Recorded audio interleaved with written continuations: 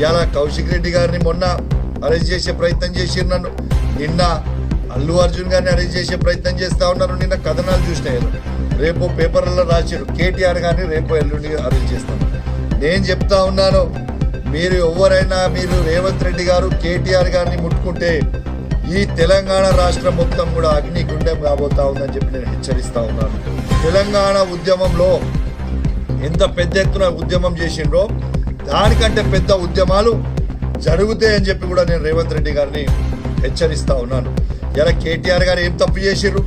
కేటీఆర్ గారు ఫార్ములా ఈకి ఇలా ప్రపంచం మొత్తం కూడా ప్రపంచంలోనే ఫార్ములా ఈ రావాలని పోటీ పడతా ఉన్న సందర్భంలో ఇలా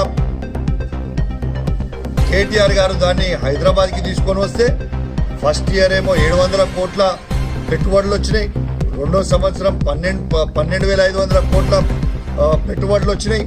ఇవాళ కేటీఆర్ గారి ఆలోచన ఏముండే? ఇలా అసలు ఫార్ములా ఈని తీసుకువచ్చి ఇలా ప్రపంచవ్యాప్తంగా ఫార్ములా ఈ హైదరాబాద్ నుంచి అద్భుతంగా చేస్తున్నామని చూపించి ఇలా టెస్లా కంపెనీని, టెస్లా అంటే ప్రపంచంలోనే ఎలక్ట్రిక్ కార్స్ ని తయారు చేసే వరల్డ్స్ బెస్ట్ కార్స్ అవి, ఆ కంపెనీని 50,000 కోట్ల రూపాయల ఇన్వెస్ట్మెంట్ హైదరాబాద్ కి తీసుకురావాలి అనేది ఒక గొప్ప ఆలోచనతో ఫార్ములా ఈని హైదరాబాద్ కి తెచ్చిండ్రు. అట్లాంటి ఫార్ములా ఈని తీసుకొస్తే నీకు సిగ్గు లేకుండా ఇలా నువ్వు రద్దు చేసినందుకు నీ మీద కేసు పెట్టాలి, నిండు జైళ్ళకు నువ్వు కాలే తప్పితే కేటీఆర్ గారిని కాదు అని చెప్పి నేను చెప్తా ఉన్నాను. పొద్దున్న లేస్తే కేసు చేయాలి, హరీష్ రావు గారిని అరెస్ట్ చేయాలి, కౌశిక్ రెడ్డిని అరెస్ట్ చేయాలి, ఎవరు ప్రశ్నిస్తే వాళ్ళని అరెస్ట్ చేయాలని తీరుగా రేవంత్ రెడ్డి గారు వివరిస్తుంది. నేను తీవ్రంగా ఖండిస్తా ఉన్నాను.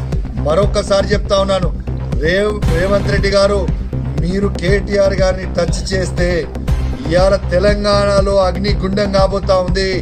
ఏ ఒక్క కాంగ్రెస్ పార్టీ నాయకులు కానీ ఎమ్మెల్యేలు కానివ్వండి, ఇవాళ మంత్రులను కానీ ఊర్లలో తిరగనీయము, ఖచ్చితంగా ప్రశ్నిస్తాం. ఎవరు వచ్చినా కూడా అడ్డం తిరుగుతాం. మీరు ఎందుకు కేటీఆర్ గారిని అరెస్ట్ చేసిర్రు అని ఖచ్చితంగా నిలదీస్తాం. ఇలా మొత్తం యావత్ తెలంగాణలో ఉన్న ఉమ్మడి 10 జిల్లాలలో ఏ ఊరికి పోయినా కూడా ప్రశ్నిస్తామని చెప్పి ఈ సందర్భంగా రేవంత్ రెడ్డి గారిని హెచ్చరిస్తూ